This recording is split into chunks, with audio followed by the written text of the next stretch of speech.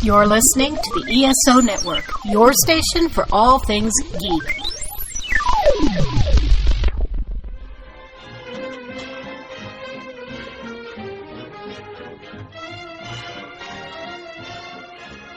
Hello, world, and welcome to Tales from Hollywoodland, a veritable feast of movies, television, Broadway, showbiz stories, and even a little bit of news and gossip with Julian Schlossberg, Arthur E. Friedman, and Stephen J. Rubin. And I'm your producer and announcer, Mike Faber. Today, we talk to author and pop culture historian Nat Segaloff. And now, here's Julian. Our guest today checks off a lot of boxes.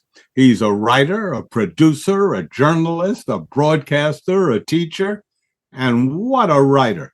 He's written so many books about the movie industry and some of the controversial stars and directors, people like Richard Burton and Elizabeth Taylor, Alfred Hitchcock, Willie Friedkin, Arthur Penn, Otto Preminger. But his new book is called Bogart and Huston.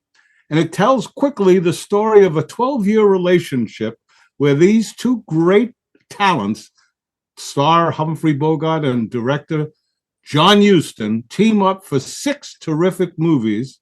But I want to know, Nat, right off the bat, let me ask you quickly, in all the gin joints in all the world, how come it's Bogart and Huston for you on your latest book?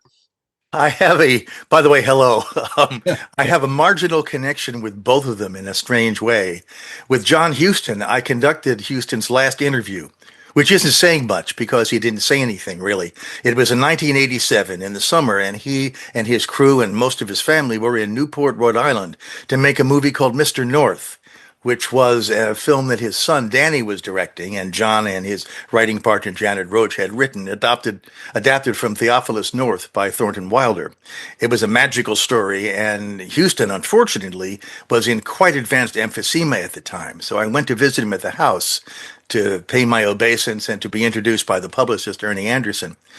Huston was in just dreadful condition. Although he was playing a poker game with Harry Dean Stanton and other people, he was probably winning.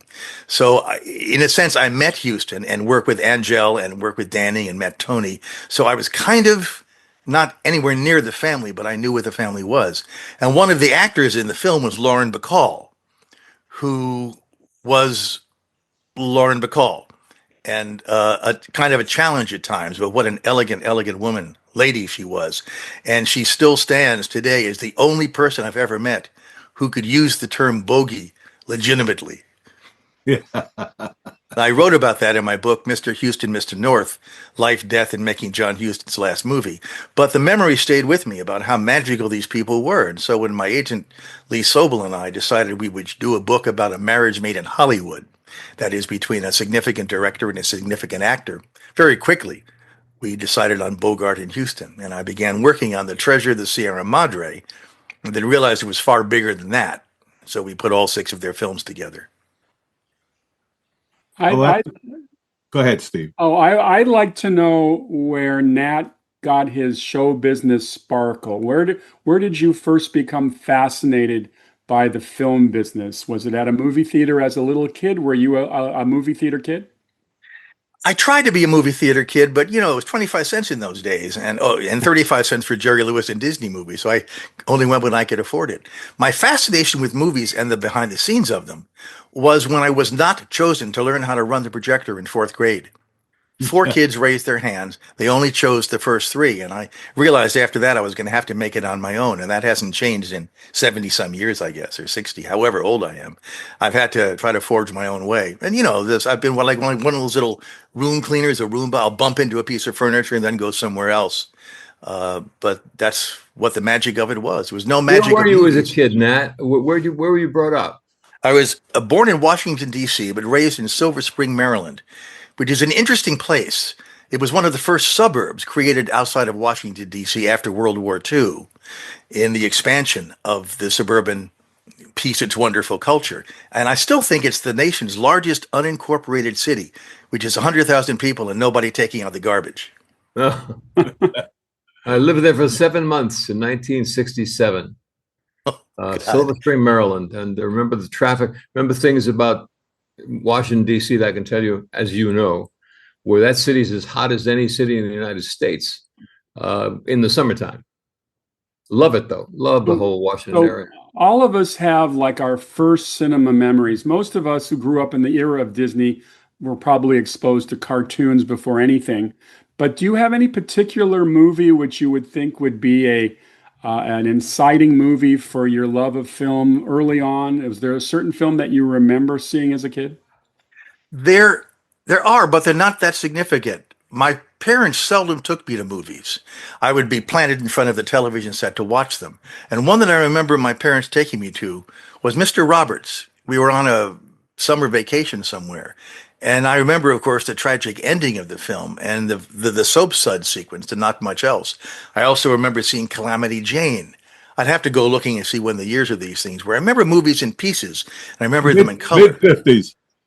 Yeah, well, that's there you go. But when I pass, When Dusk comes out, but there's no particular movie that turned me on to everything. I wish I could say there was. As far as Bogart, my mother one Thursday night sat me down in front of the television set in Silver Spring because Channel 5, the WTTG Metro Media Independent station, was running movie greats, and Casablanca was on. And she said, Nat, I want you to sit down and watch this movie. I think you'll like it. And I didn't move for 2 hours. That was Casablanca. And every time it's on now, I'll sit down and watch it and not move for 2 hours. And where and when were you? When did you see Sierra Madre the first time? I think it was probably late night in the Washington area. Again, the Metro Media Station had bought the Warner Brothers package, which I think at the time was, Julian, you would know this, I think syndicated by Dominant Features. And they had them all at various hours. And I had to stay up late, for example, to catch the Jazz Singer because they would run them whenever they felt like it. But that's how I got my movie education, that and going to the Circle Theater, which was a rep house in Washington, Of course. as often as I could. So, in those days, you had no video. If anybody younger than us is watching, you had to wait till something opened in the theater or appeared on late night television. And that's how we got our film education, Well, one of the things you write about so well about Treasure Sierra Madre is how, in so many ways, it was against the way people made movies in those days. You had a hero who dies. You have the men can't stand each other. There's no women in it at all. It's certainly not a happy ending. And yet, well, we had a couple of things happening. So you should tell us how you think it did get made. John Huston, after having written Maltese Falcon and having worked on High Sierra and Sergeant York, was literally the Christ at Warner Brothers, and Jack Warner would give him a lot of deference. For example, when he made the Maltese Falcon, that was the first film that his agent, Paul Kohner, had arranged for him to direct as well as write, and the Warner Brothers thought, oh, he's going to pick some piece of artistic stuff. No, instead he did a second remake of an old film that they already owned. So they realized he was fiscally responsible. This would change over the years. Yeah. He wanted to do Treasure Sierra Madre because it's a great, great book written by B. Trovin, and he was able to start working on it, although other people had Henry Blanke, the producer, had other people like Robert Rawson write a script, but Huston eventually made it his own. So he really wrangled this thing through Warner Brothers. They didn't want to make it, but they figured that Huston might have had the touch. And as you know, Huston could charm the skin off a snake, and he did so, I guess, with the snake, Jack Warner. Yeah. Now, I was just going to say, Julian, that the studios were loath in those days to leave the lot or leave Southern California, and yet they filmed part of the movie in Mexico. How did Huston convince the studio to cover that expense, or was it not because he was the fair-haired boy of Warner's? Huston's secret partner was Henry Blanke, the producer, who was seldom given credit for anything. He practically died in obscurity. Blanke was the one who encouraged Huston to make every scene the best one he would ever do, and he really protected him, even to the point when Huston was off in the war and Warner wanted to cancel the picture. Blanke said, no, we have other screenwriters working on it, and he kept it active. So he really had Blanke supporting his desire to go on location. And you're right. Movies seldom went on location, not only for financial reasons, but because they wanted to keep control over who was making movies for them. But as Lauren Bacall once said, you can be sure if it's a distant location that's uncomfortable, John Huston is want to go to it. And that's what they did for Treasure of the Sierra Madre. They picked a terribly uncomfortable location. Bogart hated every minute of it. Fortunately, Bacall was along with him. Bogart hated a lot of his locations, specifically the African Queen. That was another one he hated where he was. The Congo River, you're right. Well, the difference mainly between Bogart and Huston is that Bogart was comfortable in drawing rooms and bar rooms, and Huston was comfortable everywhere else in the world. They got together for these 6 films. They were friends and combatants because they did not necessarily hang around together a lot. They got together when there was work to do, and I think the history proves their work is pretty extraordinary, perhaps because they saved their energy to be with each other. Today, as film historians and researchers, we have so many sources to tap into. I mean, modern films are shot with electronic press kits. People are interviewed forever. When you're going back and doing a book on Bogey, was Bogey available to you in source material? I mean, where did you find your best sources for Bogey? Because I assume that there probably wasn't a lot of electronic media on him in interview form. Very, very little. And what there was probably managed by the studios. There are 2 sources on Bogart. The lesser of them is by Joe Hyams, who was a personal friend and wrote a book, which is mostly in paperback now, called Bogey. But the most reliable source is written by A.M., that's Ann Sperber. And when she passed away, Eric Lax finished it. It's called Bogart. It is a massive book, and it is full of everything you could ever want to know about Bogart. And I quoted from these books, and of course I cite them in the footnotes.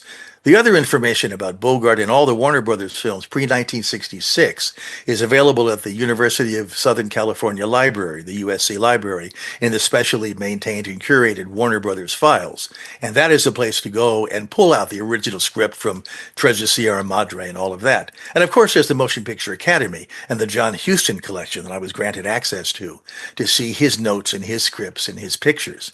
But again, this is before people started saving a lot of stuff. And so you really only have whatever people deigned to save or whatever the studio filed away. There was fortunately enough in the aggregate to write the book Bogart and Huston. Sure. As you said earlier, you got to know Betty Bacall, and I'm sure she was at times cooperative. I had some dealings with her where she was not, but that's not for the show. Listen, I didn't get to know her well enough to call her Betty. I'll tell you that much. If you did, God bless you. But well, there's probably something behind her back only. Well, speaking behind her back, I'm told this happened. I happened to be walking ahead of her, going to the catering office or something, and she was walking with somebody else. It was later reported that she not only stuck her tongue out at me, but she was flipping me the bird behind me. So I guess if I can warrant the bird in the mouth of Lauren Bacall, I must have been doing something right. Nat, you clearly have a love affair with the world of movies, and just curious, rather than ask you what do you think the 10 greatest movies of all time are, I'd be curious to know, what are your 10 favorite movies, whatever they may be? Well, thank you, Arthur. That's an interesting question because nobody ever asked it. These are the movies who, if I'm walking through the living room and TCM has them on, I'm a couch potato for the next 2 hours. Again, Casablanca. I like a lot of 1776, which ironically is a Jack L. Warner production. I like the book by Peter Stone mostly. I love His Girl Friday. I love, oh my gosh, I'm going blank on some of them, and it's another screwball comedy with Carol Lombard and William My Man Godfrey. I tend to like those kind of films. I'll watch Stagecoach forever, which apparently Orson Welles did too. I'm not as huge a fan of The Searchers as apparently I'm supposed to be. Sorcerer is something that keeps me fascinated and scares me at the same time. That's Billy Friedkin's rediscovered film. You know, I have so many tastes in movies, and I have several thousand of them on DVD, that if I'm going to home into one of them or the other of them, it might even be Michael Powell's I Know Where I'm Going. It depends what my mood is. Some of your favorite comedies? I like comedies because the performances ring so true to me, and I see the craft of comedy as being so difficult. I love when people can master it. When Cary Grant whinnies like a horse in His Girl Friday, you couldn't put that in a script. Or when, for example, he talks about that's what Archie Leach said the night before he cut his own throat. These are things that Howard Hawks threw in on the set. And that's what I like about the old movies, where people who knew what they were doing could pull it off beautifully. And you don't have it today. They're all contrived today, I think. There's nothing as casual as that. Leading to the next question, when was the last time you were in a movie theater seeing a movie on a big screen? No comment.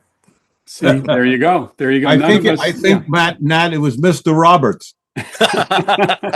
Well, remember, I used to be a film critic for 20 years, Julian, and I had to go to the movies 3, 4, and 5 times a week. And if that doesn't burn it out of you, nothing will. Yeah. I stopped being a film critic in about 1991 when I was blackballed by the Boston newspapers, and I decided I'd make for Hollywood. And I'll see movies now for recreation. We have better theaters here than they had in Boston, as you well know, except for the Charles. But it's very hard to enjoy yourself in the movie theater when there's somebody behind you playing, Pong or something. Nat, we owned the Harvard Square Theater for about 12 years, from the late 70s through about 1987. We made a deal with Alan at the time. Alan Friedberg was going to evolve into Lowe's. Got involved with the company, and they bought it from us. So we played a lot. We had that great audience. Mm-hmm. And we play our own repertory series on one of our screens.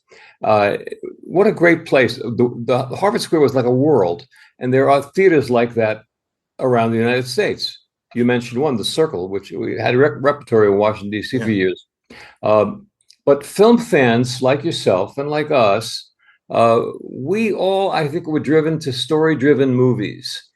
So we all, I believe, have the same blessing and curse. The blessing being we know these pictures. We saw these pictures. We saw the great things. And the curse is we're seeing what there is today. There's nothing that comes close to any of those films that we grew up with. Well, there's a certain time factor involved here. And I talk about this a lot to younger people when I lament that when they want to see, for example, the films of Truffaut, they have to watch them now in whatever order they want. When we were going to movies, we watched Truffaut grow up. We watched him develop as he made each film, or Fellini, or Romer, or Robert Altman, or Scorsese, anybody. We watched them mature as artists in real time. And there was a society around New York in particular among the publicists where you say, Kubrick's got a new film coming out, or Bob Altman's going to be in town with his new film. And there was this real excitement about something going on. Well, you don't have that now. You get 1,000 television ads for a new movie, and the excitement is sapped from you. But to grow up with the filmmaker, I think was almost a sacred thing. And I do pity that I can't see these films again for the first time. No, it's true. I want to ask you about, you're one of the few people we can talk to that was around for the old studio system at the end of it, and of course have seen what's happened now. Let's talk a little bit about the old studio system as far as Nat, you were concerned. And one other thing, you said you were blackballed in Boston. It sounds like a title, by the way, blackballed in Boston. Right. But I'd love to know, what the hell did you do to get blackballed? Just like happens today, I told the truth. I was working for the Boston Herald, which at the time was owned by Rupert Murdoch. There was scant interference, and my job was to cover the business aspect of the motion picture industry. And since I had come out of exhibition and publicity and distribution, I knew a little bit more about how the film industry worked than the other film critics did. And having worked with a number of people in the business, I had the kind of contacts that were necessary to get the actual story. At the same time, Boston was the head of 4 national theater chains. National Amusements, which was Sumner Redstone before he owned half of the free world.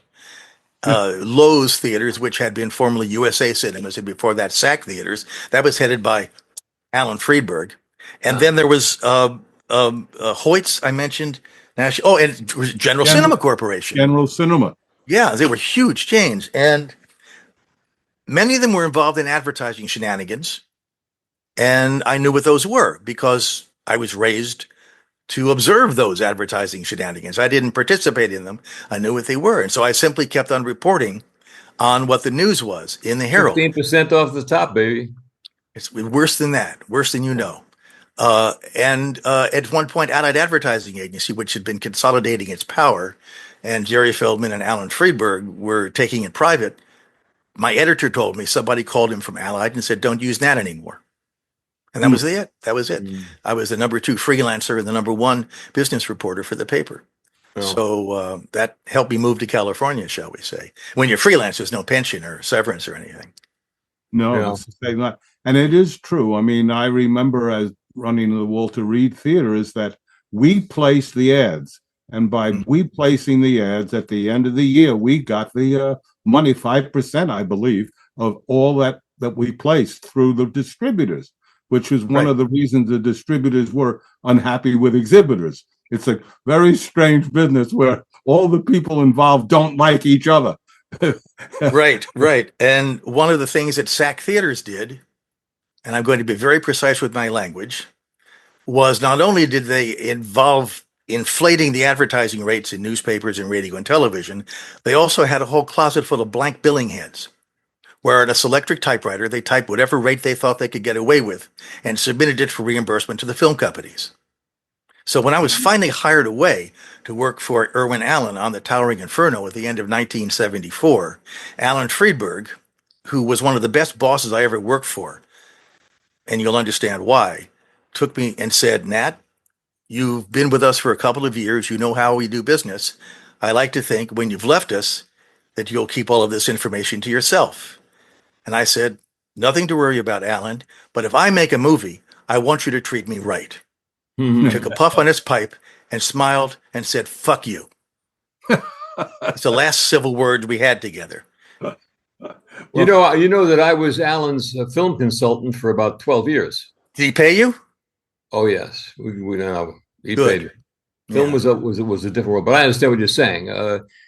I understand completely what you're saying. But did he say parenthetically "fuck you," or was there some kind of larger word that preceded the "fuck you"? What, like I don't mean it when I say "fuck you"? No. It's the whole thing with Alan's vocabulary. So somebody once asked me, what do you do for Alan? I said I'm his interpreter. Oh, no. It was a very strange relationship between us because he knew that I knew, and I knew that he knew that I knew, and I knew that he knew, that whole back and forth. Yeah, sure. Because I had come to him after having worked at the local American International Pictures Exchange. And that was an education that I'm so happy for that I will never give it up forever. I'm a big fan of The Towering Inferno. I've probably seen it about 70 times.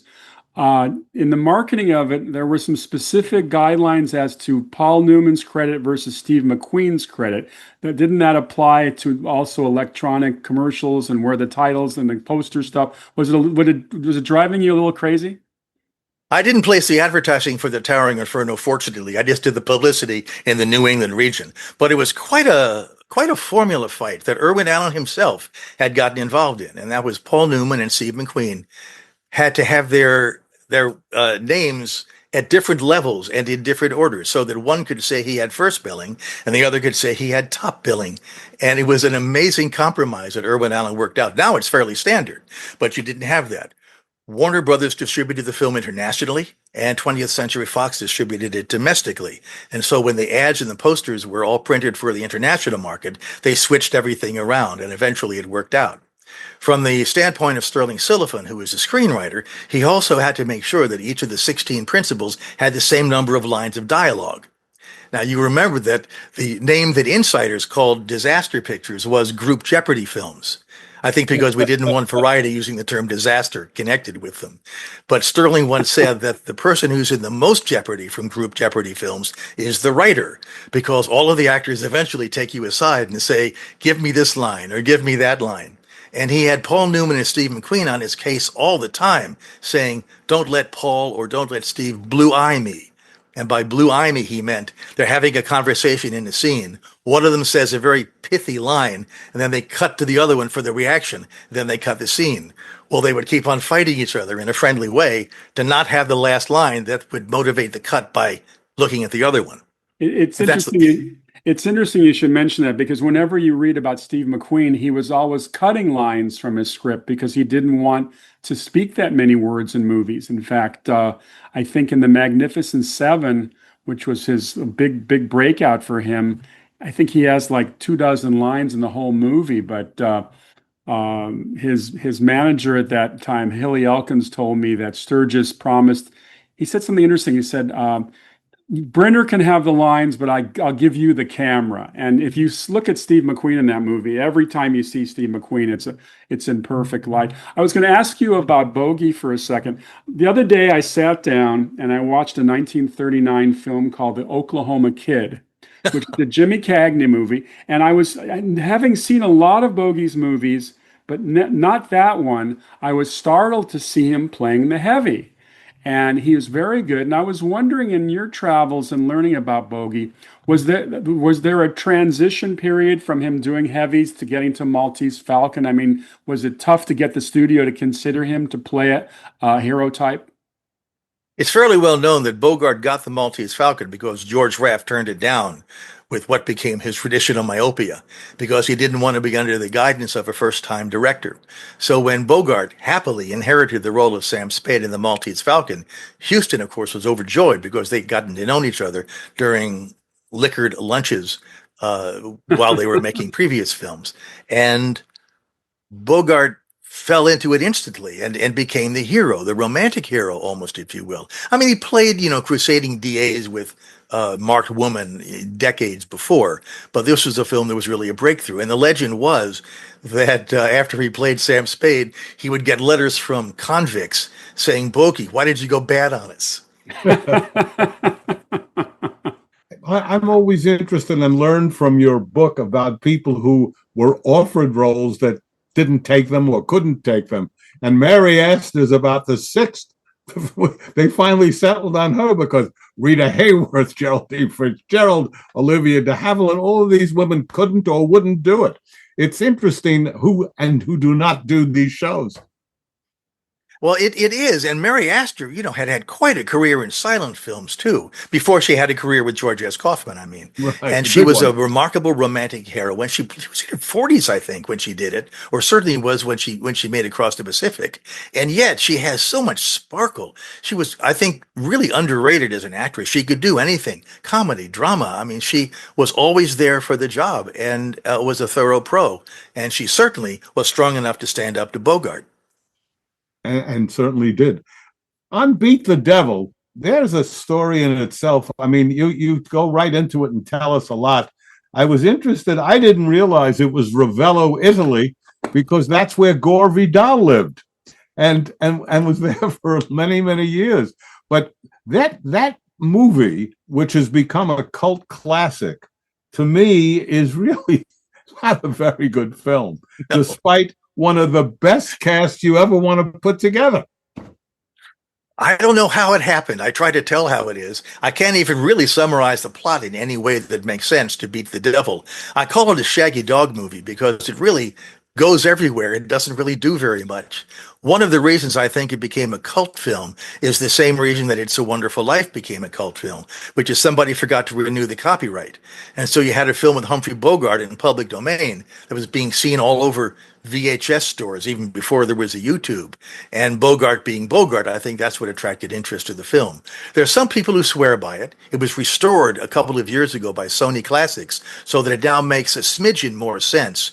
But in a sense, it never will. Beat the Devil is about a group of people who get together to buy uranium futures in Africa.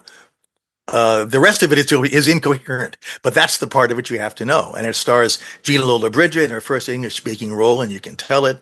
It stars you got Jennifer Jones, you got Jennifer Jones, you got Robert Morley, you've got Bogart. It's an incredible cast, and I must say, like The Treasure of Sierra Madre, both movies, no one trusts each other. It's true. It's true. It's written by Truman Capote. And you can't trust that because he swears that he wrote the whole thing, and John Huston has co-screenwriting credit. And Larry Grobel, my friend who wrote that marvelous book, The Hustons, about the dynasty, once asked John Huston directly who wrote Beat the Devil. And Huston smilingly said, "We both did." Nat, you spent time. You've worked on John Milius. Could you tell us some stuff about John? Well, John is a man who created his own legend and was worth every bit of it. He is fairly well known as a conservative, politically screenwriter, but we never discussed politics, oddly enough. I'm fairly far to the left and he's fairly far to the right. But I got to know him because, of all people, George Hamilton had kind of introduced us indirectly. Hamilton had made a wonderful film that Marvin Chomsky directed for AIP release called Evel Knievel. And John had written, or rather rewritten, the screenplay. And whenever Hamilton was making press appearances, by the way, George Hamilton is one of the most professional and charming people you'd ever want to meet. He kept on talking about this new screenwriter from USC named John Milius.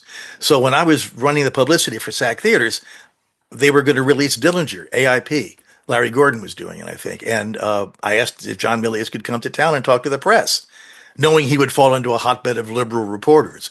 Well, he arrived with Michelle Phillips, and they charmed everybody. And John and I got to be friends, and we stayed in touch for the next, well, right through to today, 50-some years? Until I wrote the book, Big Bad John, the John Milius interviews, compiling all the interviews that I'd done with him over the years. And we got together for more of them at the turn of the century.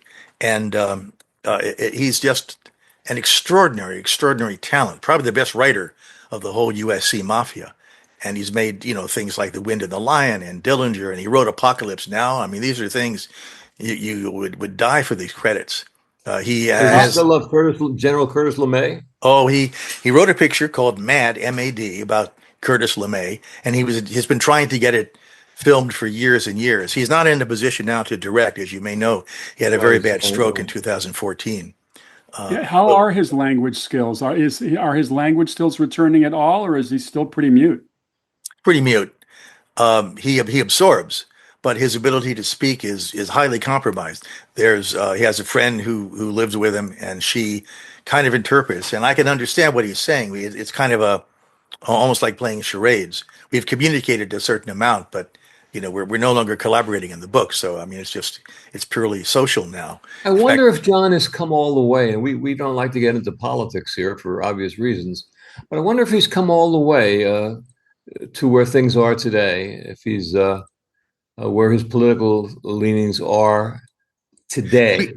We have studiously avoided politics and talked only about friendship and honor and the classics. And that, I think, is what's preserved our friendship. But I'll tell you a story which goes back to the movie Red Dawn. And I had some problems with it logistically, but not politically. It was one of his huge hits. He came to Boston when I was doing interviews for one of the local television stations. We had a great time together.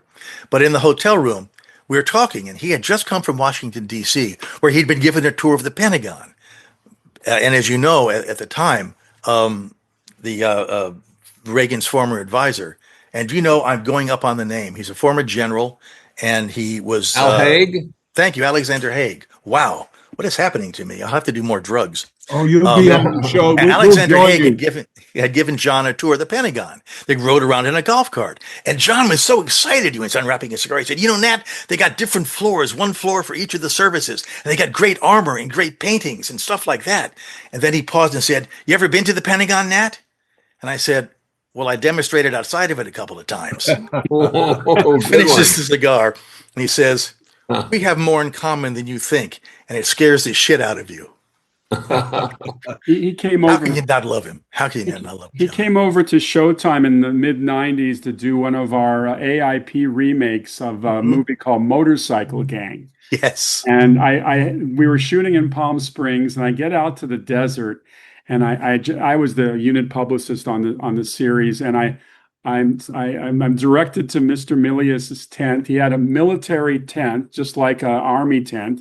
And right outside his tent was his skeet shooting apparatus. And he had a footlocker. He was indeed a general. When he worked on movies, he was the incarnation of Patton, MacArthur, whatever. And a lot of fun to spend time with. We were both big film nuts. And I know he always wanted to do a movie called Eric the Red about the Viking leader. It was one of his favorite projects. And just a wonderful filmmaker. Hollywood has lost one of their great fun filmmakers. Well, I fully agree. He has I'm using the present tense. He has a sense of honor and a sense, and I know, and I never saw him showing off. It's like Billy Friedkin. He never was Billy Friedkin with me. He was always Billy. And the same with John Milius. He was always the Yeti, or Bear. He was always just a regular guy, and he didn't have anything to prove. And we had some wonderful, wonderful talks. I miss those. But this is what happens when you become somebody's biographer. You become their therapist in a way. And it's a wonderfully privileged position to be in, but there's also a great amount of responsibility that goes with it. Also, how do you remain objective? It must be rather difficult, especially if they've, let's say, seduced you, so to speak.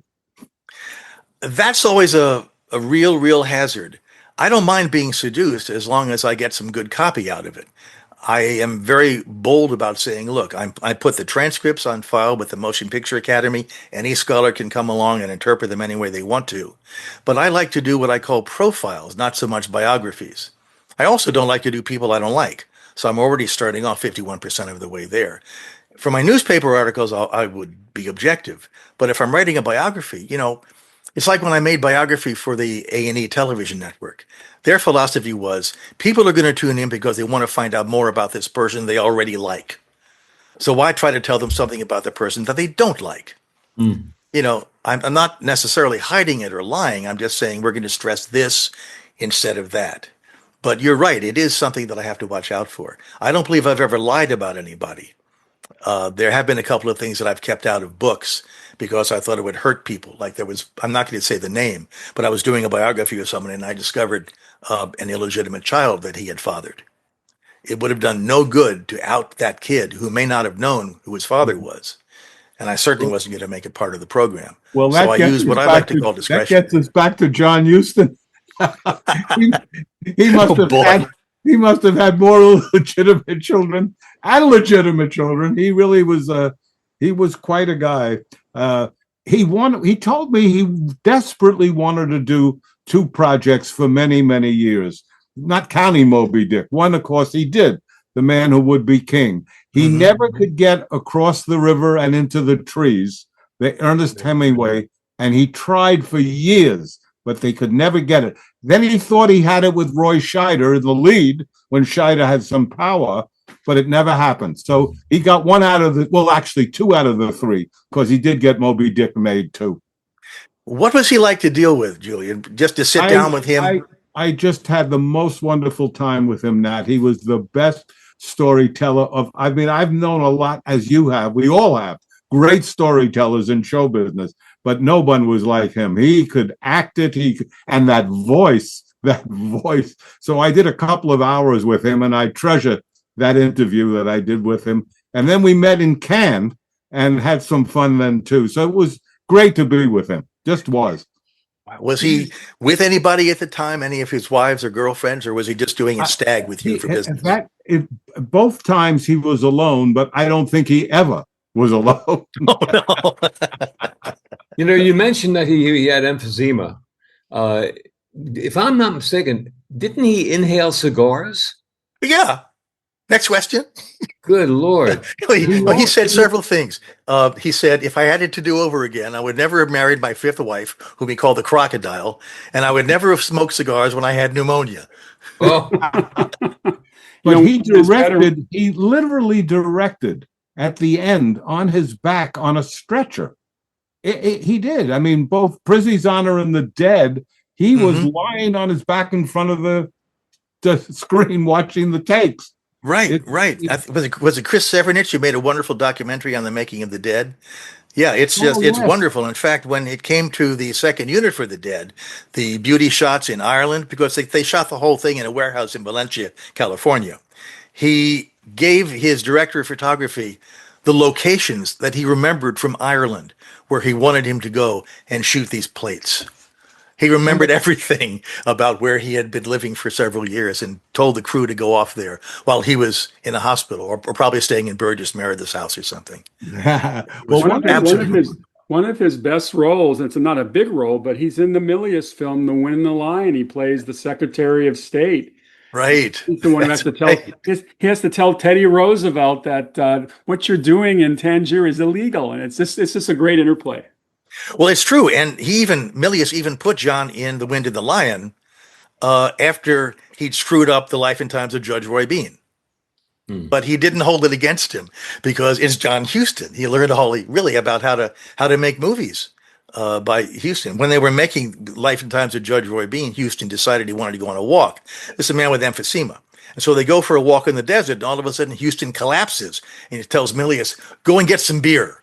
I need some beer." He's lying in there. And John said, "Oh my God, I've killed John Huston." Yeah. But he did manage to recover. I think in your book you point out the only reason that he and Bogey didn't get sick on the African Queen was because of their alcohol consumption. I think so. Well, the legend was that any mosquito that would dare to sting them would die of poison. Well, we all know that the great directors, so many of them at the end of their career, made stiff movies. They just weren't good films. But John Huston, right to the end, Right to the Prizzi's end. Honor and The Dead. I mean, very unusual. You can look back and say, look what happened to Billy Wilder. Look what happened to Kazan. Look what happened to so many of them. But not Huston. He went right to the end. Absolutely. With two terrific movies that he ended with. Yeah. As it happened, I write so many books, I'm going to plug them. A book called Final Cuts, the last films of 50 great directors. And it talks about Huston in The Dead. It talks about Joe Mankiewicz. It talks about Leo McCarey, the great John Ford, the great filmmakers. And it goes about a third. A third of them made really good films. A third of them made really bad films. And a third of them just kind of went through the paces. But it's still remarkable because at a certain point, you simply don't have the strength to climb up on that camera boom. And that's the end of it. Well, I'll say Guys, what was The Dead about? Julian, what was The Dead? It's based on it's a James Joyce story, and it's quite moving about, well, what it sounds like. It's I think a funeral, actually, isn't it? It's about a husband and wife who come back from a party for the Feast of the Epiphany, and their marriage has kind of fallen apart. And the wife thinks about the first lover that she ever had, a boy named Michael Fury, who loved her so much that he stood outside of her window in the snow, and in the morning he was dead. It's such a moving tone poem and it's considered the most beautiful short story in the English language, and the movie is very much worthy of it. Means she didn't come outside and give him some cocoa? Please, we're talking about dead people, okay? Somehow I missed it. One of my favorites of John's is a really fun movie you don't hear talked about too often called The List of Adrian Messenger. Oh, yes. Which is a lot of fun, even just trying to discover the actors who are hiding in the movie under a lot of makeup. They had Frank Sinatra, Burt Lancaster, Kirk Douglas, and a number of other people in incredibly heavy makeup. Robert Mitchum. Yeah. There was a mystery about a guy named Adrian Messenger who had a list of things. And at the end of the movie, remember, they say the story is over, but the mystery is not. And they have all the guest stars unmasked themselves. That was the highlight for me of the movie. Right. That end when they're taking off. There used to be a TV show called Masquerade Party. And on Masquerade Party, they had the guests come on with these kind of things. But Adrian Messenger took it to a new high, or low, depending on how you're looking at it. Arthur and I have been developing a mini-series on the life of Audie Murphy. And of course, John Huston and Audie Murphy had that terrific collaboration on The Red Badge of Courage. And I just found it interesting to discover how troubled that production was. That the studio just cut the living crap out of it. Lillian Ross's movie novel Picture is about the making and the unmaking of The Red Badge of Courage. It's absolutely essential reading for anyone who wants to find out about studio politics and what can go wrong. Murphy, you got a handful there. Murphy was a fascinating and horribly, horribly damaged person. Horrible. Yeah, we're a lot of it. I have to tell you, Nat, the best film work I think he ever did was in Red Badge of Courage. Yeah. Yeah, it's a great role for him. It's true. You know, he was a partial role model, for Rambo. Yes. When David Morrell was writing First Blood. Now, Nat, you have written a book called The Rambo Report. I wanted to ask you a specific question about Rambo because I remember seeing a double truck trade ad in Variety saying Sylvester Stallone and Kirk Douglas are starring in First Blood. And then, of course, Kirk Douglas was out and Richard Crenna was in. What happened there? Why did Kirk Douglas walk? Was it a fight with Stallone? Kirk Douglas was originally signed for First Blood with Ted Kotcheff directing, with Andy Vina and Mario Kassar producing. And it was his name that was going to sell the film in the foreign markets. Sylvester Stallone had done Rocky, but he was not a box office phenomenon at the time. He was a working actor still inheriting a role like this that everybody had turned down. They even wanted Steve McQueen for Rambo at one point, which didn't work out. And when Douglas showed up on the first day, he had his copy of the script where he was supposed to play Colonel Troutman, Rambo's creator. And he had all these little sticky notes in there because he had rewritten the script, including, he said, Rambo has to die at the end. Well, this rubbed everybody the wrong way, especially Stallone. Now, it's a question whether Stallone actually met with Douglas or this happened before Stallone met with Douglas. But when Douglas was told, no, this is the movie we're going to make, he said goodbye and got on the plane and left, just like that. And it was on a Friday or a Thursday, and they had the whole weekend to try to find another actor to play the role. And that's when Richard Crenna hit the ground acting, if you will. And if you notice the first scenes where Crenna shows up, he's got a long coat over him and he steps into the flaps of a tent where everybody's trying to figure out what to do. His uniform is ill-fitting because Douglas was short, Crenna's tall, and he had to put on Douglas's uniform, and the pants didn't quite come down to his ankles. Great. Oh, But going in on a casting thing, Richard Crenna in Rambo in that role made no sense going in. Turned out that he was great, but going into it, what a strange person to have cast. Well, he was available. People knew him. I don't know exactly what we got Dick Crenna. But one thing I do know, when he showed up, he didn't have time to memorize his lines. Ted Kotcheff was shouting him his lines from off screen. And he was developing the character in front of the camera because there was no time to rehearse without falling behind schedule. I think Richard Crenna went back to Our Miss Brooks, I believe, the television show. He did. I think he's also a hell of a naval commander in the Robert Wise film, The Sand Pebbles. Oh, yes. He was a very good actor who never got credit. Right. He did a lot of stuff. Body double, everything. I have to ask you, since you're such an aficionado of Mr. Friedkin's career, over the years, and I've seen Sorcerer a few times and I respect it greatly, but I look at the movie and I say, why did they call it? I know it's the name of the truck. It's called Sorcerer. But didn't that affect the success of that movie, Nat, with calling that movie, which is a harrowing tale of survival, calling it Sorcerer? And people who had seen The Exorcist obviously thought perhaps they were going to see another supernatural tale. Did it indeed hurt the box office? I agree with you. I think it did hurt the box office, and I have never been able to get a straight answer from anybody over 40 years why they called it Sorcerer. Well, I can tell you the original title was Wages of Fear. It's a classic, great movie. And I'm afraid Billy did not live up to that movie. If you've seen Wages of Fear, you'll know the difference. It's an extraordinary film. It is far more political than Sorcerer. I think the problem with that was the French convention of droit moral, that they weren't allowed to use the title. But it was complicated, and I have never looked at that. There is, by the way, this is sick. When Sorcerer was released in certain markets internationally, it was cut heavily by about a half an hour. The sequences were rearranged so that it was more like The Wages of Fear. And in fact, it was retitled The Wages of Fear for some international markets. And you can see this bootlegged. It's dreadful. I mean, it makes both films look better, but it's there anyway. There's a great Billy loved the movie. It's one of his favorite movies. Well, it took him a long time. I mean, believe me, he wrote me from France, where he was married to Jean Moreau when a movie came out, and he was as depressed as I've ever heard him.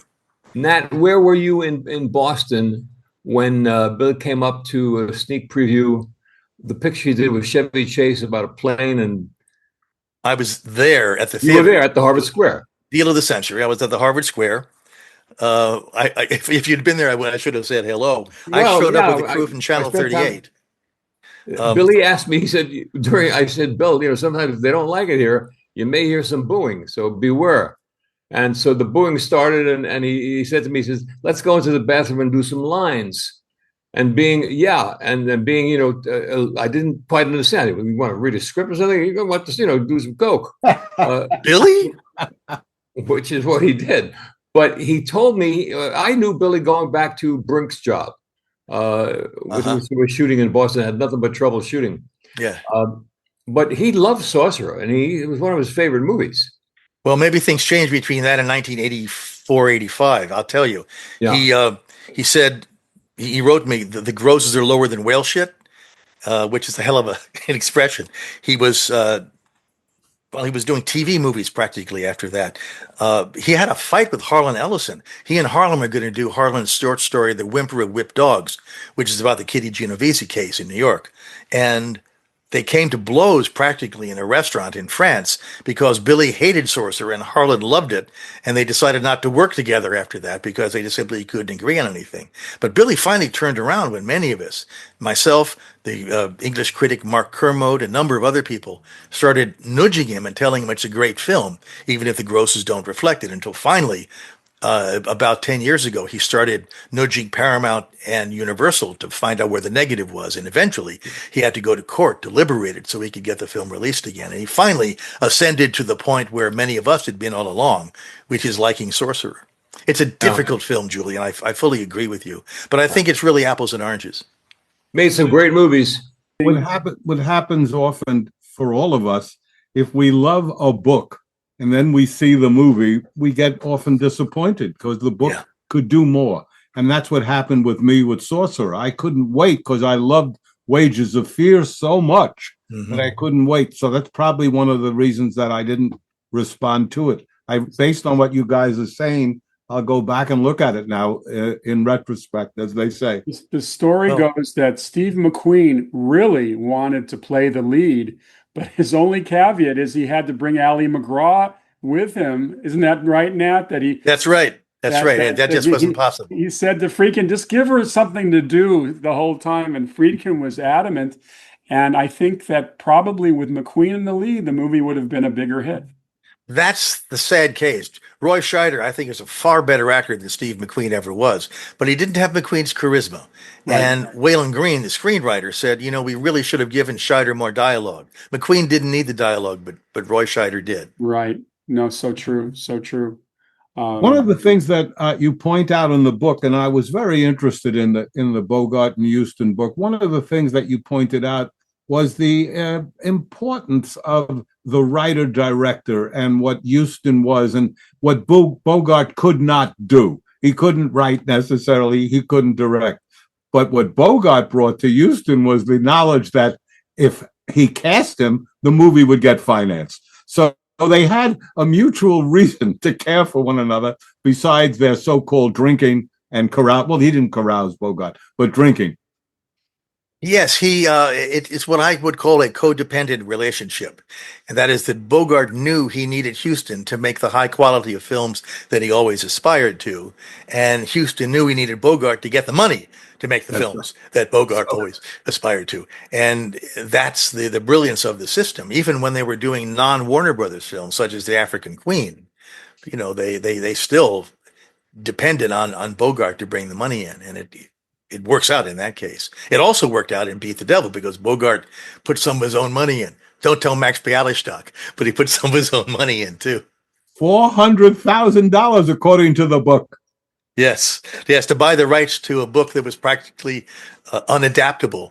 But one of Huston's friends needed money, a guy named Coburn, and Bogart put up the money. At the time, remember, Bogart was the highest paid actor in movies. I mean, just at Warner Brothers, he was getting almost $400,000 a year, and he was getting more for independent films where he could make films away from the studio. Bogart was a superstar. And he made sure that they paid him well. He knew what he could do. And he did form his own company, Santana, named after, I guess, his boat, his ship. That's right. That's right. Yeah. Nat, you did a book on Otto Preminger.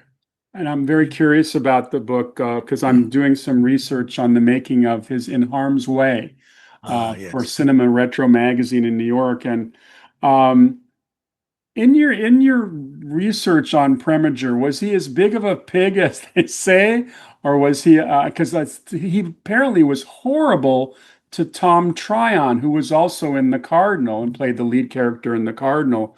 What was your take on Preminger? Was he a little bit too much on the set? Well, I had several encounters with Otto. One when I was a student, and he was playful, but not, well, he tried to be witty, but I didn't buy it. I had two encounters with him doing publicity. I helped on the publicity for Such Good Friends and for something else I forget. And then I interviewed him a couple of times as a critic. And so I really hit all the corners of Otto Preminger. And I can tell you that the man became the worse the closer he got to a movie camera. The farther away he got from a movie camera, he could be charming, absolutely brilliant, political, honorable. He could be anything you wanted. But when you got him on a movie set, he was just hell. And that's something that you'll hear from everybody who had to work with him. As it happened, his executive assistant, Nat Rudick, a blessed memory, had left Otto when things got slow for Otto and went to work in 20th Century Fox's California office. And it was Nat who ultimately brought me from Boston to New York to hand out cooperative advertising. And as you know, Julian, cooperative advertising is about as stultifying a profession as you can possibly be in. However, I found out that there was some intrigue going on, and I got out of there as soon as I could and went over to work at United Artists and had a ball for a while. But meanwhile, the story about Nat Rudick, who I really did adore, Nat and I are both sitting in the anteroom of Otto's Ritz-Carlton suite when Otto wanted to see Nat Rudick, and he calls out from the other room, "Nat!" And of course, both Nat Rudick and I jump up and hit the ceiling because we both had the same first name. It turned out he wanted Nat, and he berated Nat for coming up to Boston from New York without buying enough clean underwear. And he said, "You go to Filey's basement and you buy some underwear." That was good, Nat. He was a detail man. I will tell you that I will confirm what you said. I spent a lot of time with Otto Preminger. He was the most charming man, the great storyteller, total self-deprecating humor about his movies that failed. Yeah. He was everything except on the set. He was known as the horrible Hun. You're right, Otto the Terrible, all sorts of things. I don't know if you remember a lovely movie critic in Boston, a dear friend of mine named Marjorie Adams. She was the Boston Globe's first journalism school graduate, and she held sway there for something like 52 years. Otto would come to Boston every time he had a new film, and Hap Kern, the publisher of the Boston Record American, would host a lunch for him at the Algonquin Club, which, by the way, made women come in by the back door, which Marjorie dutifully obeyed. We're having cocktails, and Otto was giving some sort of interview with somebody else. Marjorie, who knew how to hold her liquor right in her right hand, comes up to Otto and sits down next to him. And in the course of talking to him, spills her scotch and soda down Otto's Gucci shoe and sock. Well, Otto, not wanting to make the press angry, napkins it off, moves somewhere else. A little while later, Marjorie comes over to him again with another drink, and she spills another drink on the other shoe. I'm not making this up. Critic Deke Russell made sure of this. He told me. Finally, a few minutes later, Otto looks up, and here's Marjorie with a fresh drink teetering across the room. And Otto stands up to his full height and says, "Will someone please disarm that woman?" Well, this has been absolutely wonderful. Now we could talk for another hour, but we've come to the end of our show. We're going to now turn it over to our maestro, Mr. Mike Faber, for our end notes. It was great, Nat. Nat, you were amazing. So much. Thank you. This was great to do. I think we'll have to have Nat back for a sequel, guys. What do you think? Absolutely. I third that motion. Rambo Part 2. I love it. You've reached the end of this episode of the Tales from Hollywoodland podcast. Always remember, we couldn't do this without you. We want to hear from you, so please write us anytime at talesfromhollywoodland@gmail.com. Remember, you can find us wherever fine podcasts are found, and now you can find us up on our YouTube channel. If you made it this far into the episode, why not subscribe and give us a thumbs up? Or if you're listening to us, please give us 5 stars. If you're on social media, please check us up on Facebook and Instagram. Before we get out of here, let's check with the guys and see what's happening over on their podcasts. Julian, who are you talking to this week? This week is director and extraordinary photographer Jerry Schatzberg, who directed some of the greatest stars in Hollywood, from Gene Hackman to Al Pacino to Morgan Freeman to Meryl Streep to Alan Alda. The list is on, but his story is amazing, going from a huge fashion photographer to a major director. That is awesome. Steve, what do you got on Saturday night at the movies? Well, speaking of Bogey, we're devoting the evening to his 1943 film Sahara. My co-host is Rory Elward. We produced the World War II movie Silent Night together, but before that, Rory was a tank commander in the U.S. Army. So having a tank commander as my co-host talking about an actor who played a tank commander in the Sahara Desert seemed very appropriate. But we get into what is considered one of the great war films of all time. And I'm not sure, Nat, if you knew this, but we heard that it was one of Bogey's favorites. Yeah, it was. He, well, what an actor. What an actor. What an actor. That is cool. Arthur, what do we got going on our show next week? We're going to be talking about the movie moguls. And there's a story behind every one of these guys, and should be very fascinating. I actually observed Harry Cohn in the mid-1950s and saw him in action as he was an original. But that's our subject, and it should be great. Absolutely. Exciting. That is awesome. On behalf of Steve, Arthur, and Julian, thanks again for listening. This is your producer and announcer, Mike Faber. We will see you here next time on Tales from Hollywoodland. Your Hollywood adventure starts right here.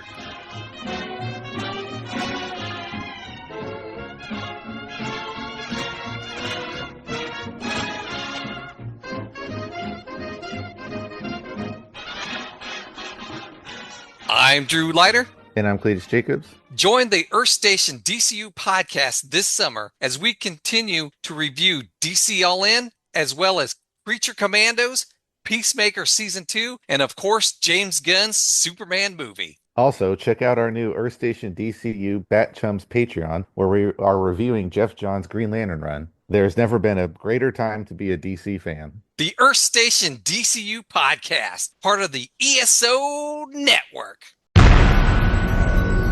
This has been a broadcast of the ESO Network. Be part of the crew and help support our shows by donating to our ESO Patreon or by shopping at the TeePublic store, which can all be found at www.esonetwork.com. The ESO Network, your station for all things geek.